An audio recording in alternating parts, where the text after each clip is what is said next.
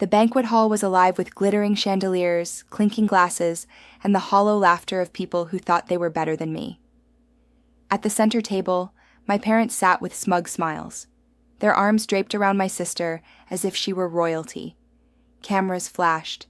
A slideshow of their family vacation played on the projector, each photo filled with tropical beaches, luxury hotels, and champagne dinners. I stared at the screen, frozen. Every hotel, every plane ticket, every excursion, they were all paid for with my money. Money I had worked double shifts for. Money I thought was for our family. When I asked quietly, "Why didn't you invite me?" my mother didn't even blink. She just laughed. My father leaned back, voice dripping with mockery. "Because the whole family went last week." Their friends chuckled, thinking it was a joke. But it wasn't. And as I stood there, humiliated under the spotlight of their cruelty, one thought seared into my chest. They thought this would break me, but they had no idea what was coming. Before that night of humiliation, my life looked simple from the outside. I wasn't rich, but I worked hard. I managed bills, stayed out of trouble, and tried to be the one who held our fragile family together. Most mornings began with the alarm at 6:15 a.m. The kettle whistled in the kitchen while I packed my lunch into the same faded blue backpack I had owned since high school. The canvas straps had frayed, but I refused to replace it. To me, it wasn't just a bag. It was a reminder of endurance, the proof that I could make something last if I cared enough to take responsibility for it. Responsibility, that was the word that defined me. I worked full-time at the local shipping warehouse, often taking overtime when coworkers begged me to cover their shifts. My arms ached from hauling boxes, and my palms were permanently rough, but the paychecks mattered. Not because I was saving for myself, but because I was always the first one to step in when my parents or my younger sister needed help. "Can you spot us the rent this month?" my dad would ask, pretending it was a rare thing. "We'll pay you back," my mom promised every time. And every time, I believed them, or maybe I just wanted to believe them. I'd hand over the money, tightening my own belt a little more, telling myself that family came first. It wasn't always about rent. Sometimes it was gas money. Sometimes it was new clothes for my sister. Other times it was groceries. I told myself I didn't mind eating ramen while she got a new pair of shoes. I thought that was love. Quiet sacrifice. But over time, I started noticing patterns. When my sister Danielle wanted something, she got it instantly. A designer purse? Of course, sweetie. A concert ticket? We'll make it happen. A weekend trip with friends? Here's the cash. When I asked for something? Silence. Or worse, laughter. Why do you need a new phone? That old one still turns on. Vacations aren't for people like us. Stop being selfish. You should be grateful you even have a job. It was a strange imbalance. I gave more, and yet I was treated as if I deserved less. The cruelest part was that they never outright called me worthless. No, they used smaller daggers, forgetting to save me a plate at dinner, leaving me out of family photos, talking about our family as though I wasn't even in the room. I told myself not to take it personally. Maybe this was just the way families worked. Maybe I was too sensitive. But there were moments, sharp, unforgettable moments, that told me otherwise. Like the day I came home after a 12-hour shift to find my sister showing off her brand new $4,300 Gucci bag to her friends. My parents stood behind her, beaming with pride. I asked softly, "Where did the money come from?" My mom waved me off. "Don't worry about it." My dad smirked. "Let your sister enjoy life for once."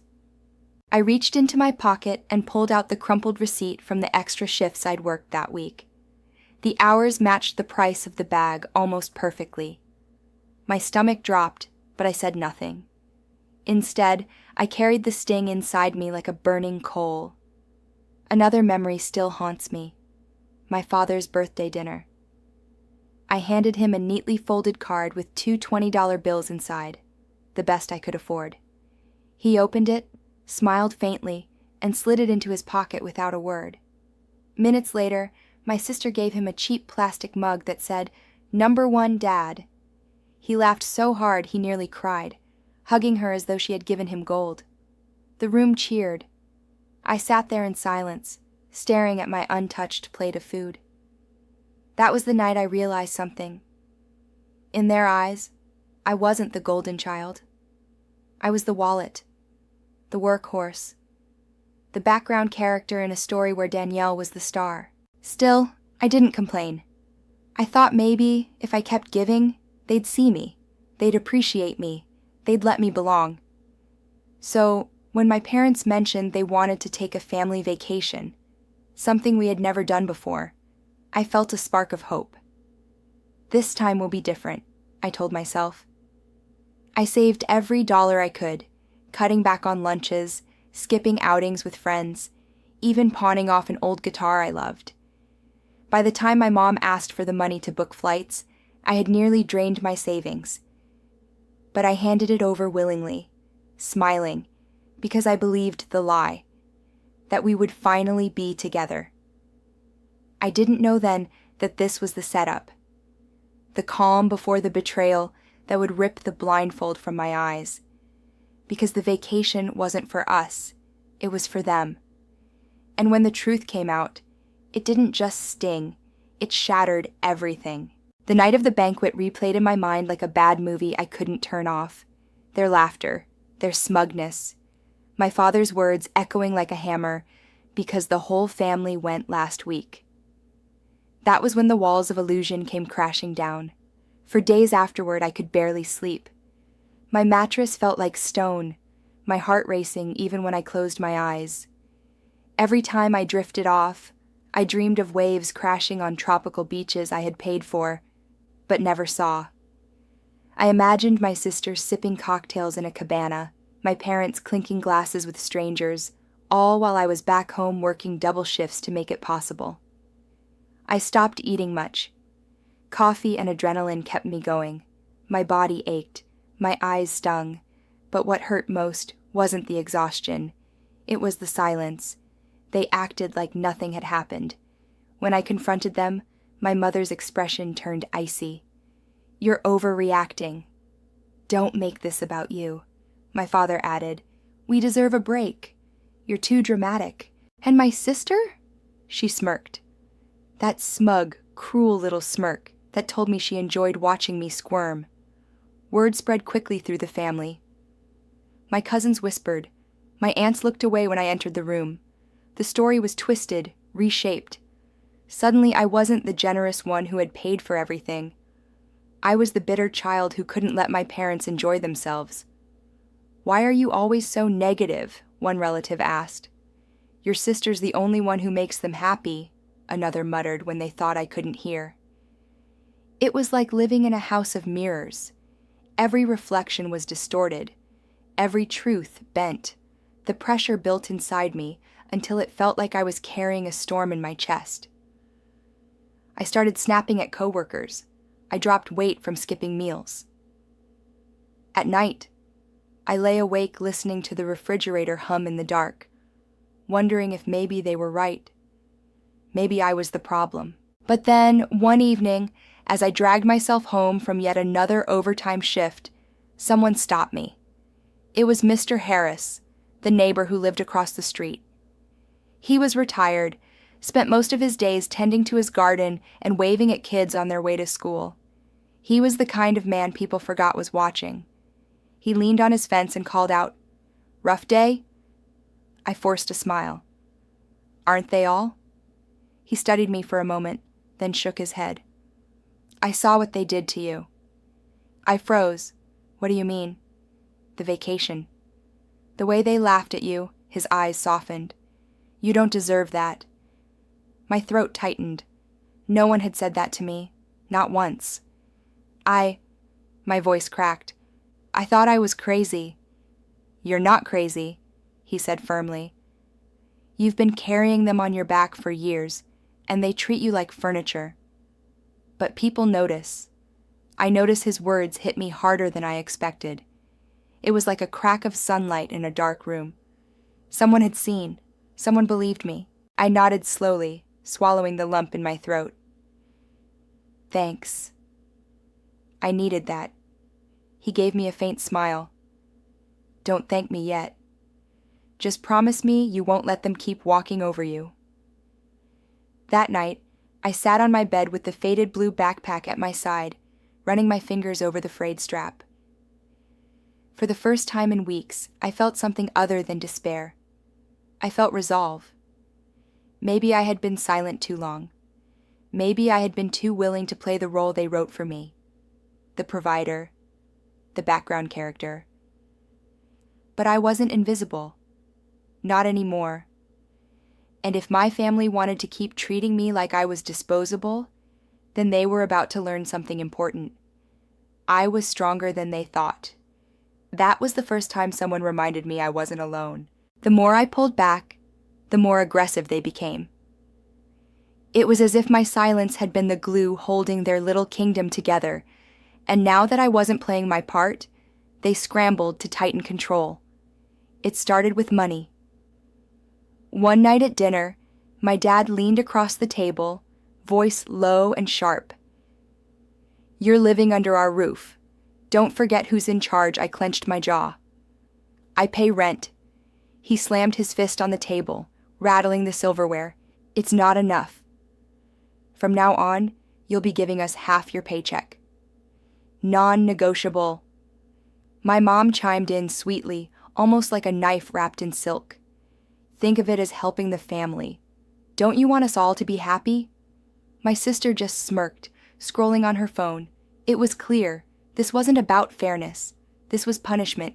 They wanted to bleed me dry, financially and emotionally, until I crawled back into silence. But I had started keeping records. Every transfer, every receipt, every late-night text asking for just a little extra. I had folders stacked in my backpack, proof of years of exploitation, proof they thought I was too naive to collect. The second front of their war came through reputation. At church, whispers spread that I was ungrateful. At work, a distant cousin had somehow called my boss, suggesting I had a bad attitude at home. My own parents painted me as the bitter black sheep, twisting the knife deeper by turning neighbors into spectators. But the harder they tried to smear me, the more obvious their desperation became. Mr. Harris noticed. A co-worker named Elena noticed too. She quietly pulled me aside during lunch one day and said, "Don't let them gaslight you. You've always been the one holding everything together." Those words lit something inside me. Allies were appearing, and with them came clarity. The third escalation was the most dangerous. A week later, my mother cornered me in the living room, with Danielle sitting smugly at her side. "We've decided," she announced. "You're going to sign over your savings account to us." "It's for the family vacation fund." I blinked. "What savings account?" Her lips curved into a smile that chilled me. "The one you've been hiding." "Don't play dumb. We know you have one." Danielle crossed her arms. "You owe us. After everything Mom and Dad sacrificed, you can't even give us that?" My chest tightened. For a moment, I thought maybe they really did know everything. But then I realized they were guessing, fishing, testing how much control they still had. I steadied my breathing. "No," I said simply. The room fell silent. My father stormed in, face red. "If you won't sign it, then get out." "We'll change the locks tomorrow." My heart pounded. I should have felt terrified, but instead I felt strangely calm, because I had prepared for this moment. Weeks earlier, after talking to Mr. Harris, I had quietly moved most of my money into a separate account under my own name only. The old account, the one they knew about, was nearly empty. They thought they still had control. They didn't. I looked my father dead in the eye and said, "Do what you have to do." For the first time, he hesitated. The confidence wavered in his expression. My mother's smile flickered. Danielle's smirk vanished. They hadn't expected resistance. They weren't used to me holding the line. That night, as I sat on my bed, the faded backpack beside me, I pulled out one of the folders, stuffed with receipts and bank transfers. The papers felt heavy in my hands, not just with ink and numbers, but with years of proof. I whispered to myself, "They think I'm weak. They think I'll fold." I slid the papers back into the backpack, zipped it shut, and smiled for the first time in weeks. They're about to learn who I really am. Once they realized I wouldn't fold, they unleashed their fury in new ways. It started small. Snide comments, little digs tossed like darts whenever I entered a room. "You're so cold these days," my mom would sigh dramatically. "No wonder you don't have friends," Danielle would whisper loud enough for me to hear. But soon, their campaign spread outside the house. At a family barbecue, I overheard my uncle muttering, "Ungrateful brat, doesn't even help his parents anymore." My aunt chimed in, "Poor Danielle, having to put up with that bitterness." I wanted to scream. Ungrateful? I had carried them for years, emptied my savings, skipped meals so they could eat steak, and now I was the villain in their story.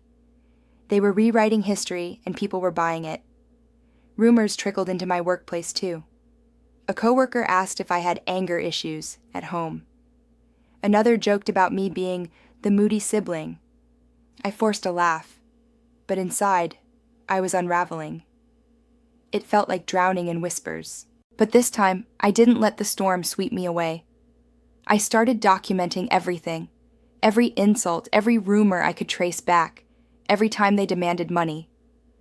I took screenshots, saved texts, even recorded a few late-night arguments on my phone. My faded blue backpack was becoming more than a bag. It was a vault. At night, I organized the evidence into folders, labeling them carefully.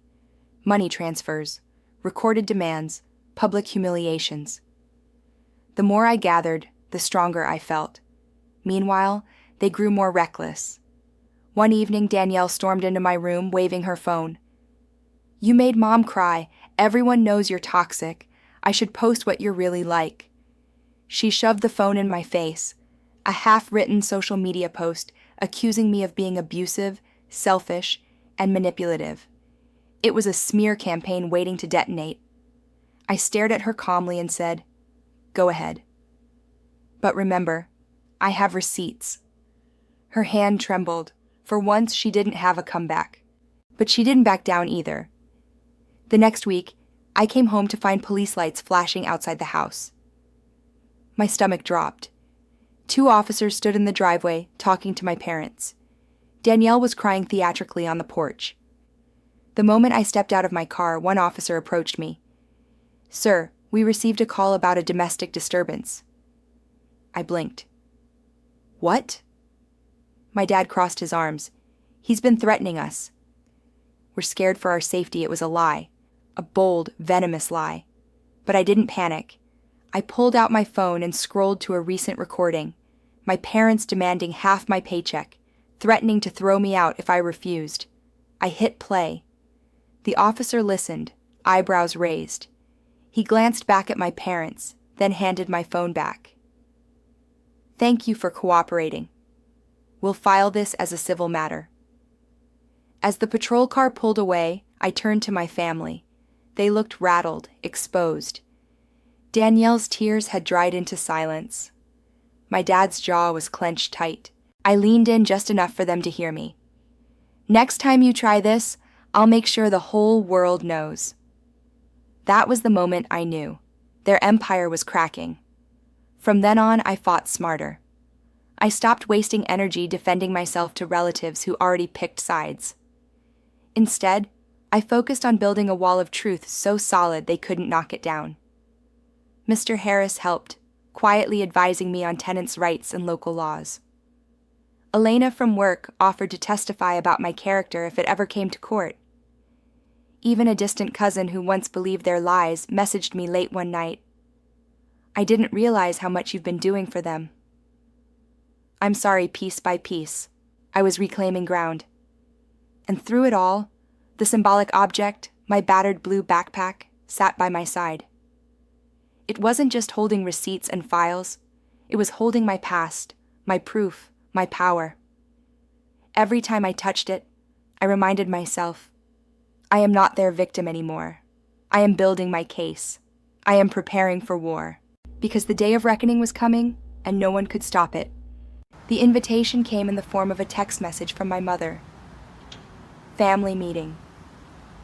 Sunday, 6 p.m. Don't be late. The tone wasn't a request. It was a command. The kind they'd used my whole life as though I were a child who owed them obedience. But this time, I wasn't coming as their wallet. I was coming prepared. I packed carefully that afternoon. Not clothes, not gifts. Proof. Receipts, screenshots, bank records, voice recordings, all neatly organized in folders and tucked inside the same faded blue backpack that had been with me since high school. The bag felt heavier than usual, not because of paper, but because of the years it carried, years of silence, sacrifice, and humiliation. When I arrived at the house, the living room had been staged like a courtroom. My parents sat side by side on the couch, Danielle perched on the armrest like a princess. Relatives filled the chairs and lined the walls, their faces set with expectation. This wasn't a meeting. It was an ambush. My father cleared his throat. We're here because your behavior has gotten out of control. My mother added, You've become bitter, ungrateful. We can't keep living under the same roof if you don't change. Danielle leaned forward, lips curled. Honestly, you've embarrassed this family? Everyone knows it. The relatives nodded, murmuring agreement. For a moment, I felt the old weight of shame pressing down on my chest. The same pressure that had silenced me for years. But then my hand brushed against the strap of my backpack, and the fear melted into steel. I stood up slowly, letting the room fall silent. You want to talk about gratitude? About behavior? I unzipped the backpack, pulled out the first folder, and dropped it on the coffee table with a sharp thud. Let's start with money. Gasps rippled through the room as I spread the receipts across the table. Bank transfers, Venmo screenshots, cash withdrawals, all of it meticulously dated. For years, I paid your rent, your bills, your groceries. I even paid for that luxury vacation you just took without me. My voice was calm, but every word landed like a hammer. Danielle's face paled. That's not... I cut her off, pulling out a second folder. Recordings. I hit play on my phone. The room filled with my father's voice, demanding half my paycheck. My mother's voice, insisting I sign over my savings. Their threats, their manipulations, captured in their own words. The relatives exchanged uneasy glances. Some looked at my parents in disbelief. My father's jaw tightened. You're twisting. I dropped the final folder on the table. Police reports. The night you called them on me. I showed them the recordings. That's why they didn't arrest me. Because you lied. The silence was deafening. My parents' empire of control was collapsing under the weight of their own hypocrisy. Finally, I looked directly at Danielle. You want to post lies about me online? Do it. But I'll post the truth. Every receipt, every recording. Let's see who believes you then. Her phone slipped from her hand. For the first time, she had no smirk. I straightened, scanning the room. All of you think I'm ungrateful. That I'm selfish. But tell me, who here paid for the roof over this family's head? Who paid for the Gucci bag, the vacation, the endless favors? No one answered. My chest rose and fell as I spoke the words I had been holding for years. I don't want apologies. I want change. The room stayed frozen, the weight of truth pressing down like a storm. My mother's lip trembled. My father's fists clenched, but he said nothing. Danielle looked away, ashamed or angry. I couldn't tell which. For the first time, the silence didn't make me small. It made me powerful, because the truth was no longer hidden in shadows. It was out in the open, undeniable, and they had no control left. The meeting ended, not with shouting, but with silence. A silence so heavy it seemed to pull the air from the room. Relatives shifted uncomfortably. Some avoided my eyes. Others stared at my parents with thinly veiled disgust. Whatever image of perfect parents they had clung to was gone. Finally, my uncle broke the quiet. "Is it true? Did he really pay for all this?" My father's mouth opened, then closed. No words came out. My mother dabbed her eyes with a tissue, but her tears looked more like self-pity than regret. Danielle sat frozen, her usual smirk replaced by a hollow stare at the floor. No one defended them. I stood taller than I ever had before. "I'm done being your wallet. I'm done being invisible. From now on, I take care of myself, and only myself." Then I turned to the relatives who had bought into their lies. "You don't have to believe me. The proof is right here, but I won't waste another second proving my worth to people who don't want to see it." With that, I zipped up the faded blue backpack, slung it over my shoulder, and walked out. The night air hit me like freedom. For the first time, the house behind me didn't feel like home. It felt like a cage I had finally escaped. The weeks that followed were not easy, but they were liberating. My parents tried to call, first with excuses, then with guilt, finally with rage. I let the calls go unanswered. Danielle posted cryptic messages online, trying to paint herself as the victim, but they fell flat. Too many people had heard the recordings, seen the receipts. The tide of public opinion had turned. I moved into a small apartment on the edge of town. It wasn't much. Peeling paint on the walls, a creaky floor, and a secondhand couch. But it was mine. I filled the silence with things that made me happy. Music, cooking. The kind of meals I had always skipped so someone else could eat. Slowly, my body began to heal. The dark circles under my eyes faded. My chest no longer felt like it carried a storm. Mr. Harris stopped by with a potted plant for my new place. "A fresh start," he said with a smile. Elena helped me fix my resume and encouraged me to apply for a better job. Within months, I landed a position in logistics management, a promotion I never would have pursued if I had stayed trapped. The symbolic backpack, once weighed down with years of evidence, took on a new life. I cleared it out, folder by folder, until all that remained inside was one envelope. The receipts from the vacation I paid for but never joined.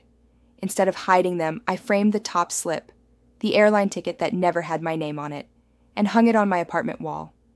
Not as a wound, but as a reminder of how far I had come. If you've made it this far, maybe a part of my story feels familiar.